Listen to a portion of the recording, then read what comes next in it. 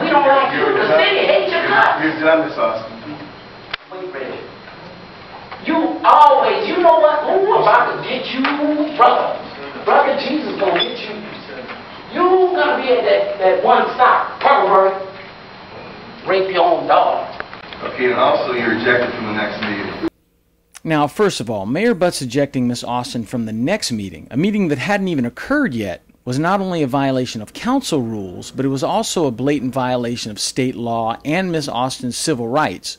So even though regular attendees to Inglewood's council meetings know that Miss Austin's comments are frequently crude, bigoted, homophobic, and sometimes comically inaccurate, the fact is that this is just another example of how James Butts frequently loses control and deliberately breaks the law and violates civil rights to keep the public from hearing what he doesn't want them to hear, especially when it's about him.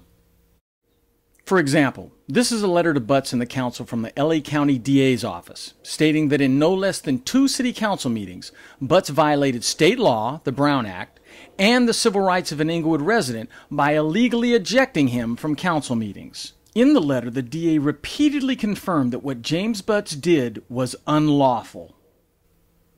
So what was Miss Austin referring to when she said that James Butts raped his own daughter? Well, the Los Angeles Times reported that James Butts was accused by his then-wife of molesting their daughter, and at one point becoming so angry at her that he physically assaulted her, choking her into unconsciousness. The district attorney had Butts' daughter examined for physical evidence of molestation, but lacking that, the doctor recommended that Butts' wife have the child examined by a psychologist.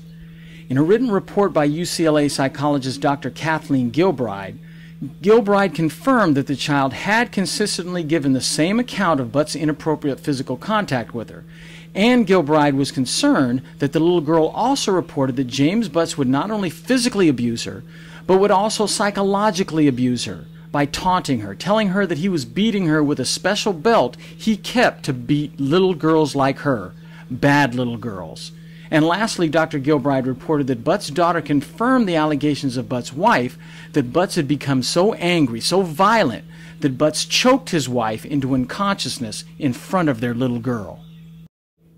So although it may appear rude to publicly accuse a mayor of molesting his own daughter, it also appears that, at least this time, Miss Austin had the documented report of both Butts' daughter and his wife at the time as a basis for calling Butts a... Purple and saying that he... rape your own daughter.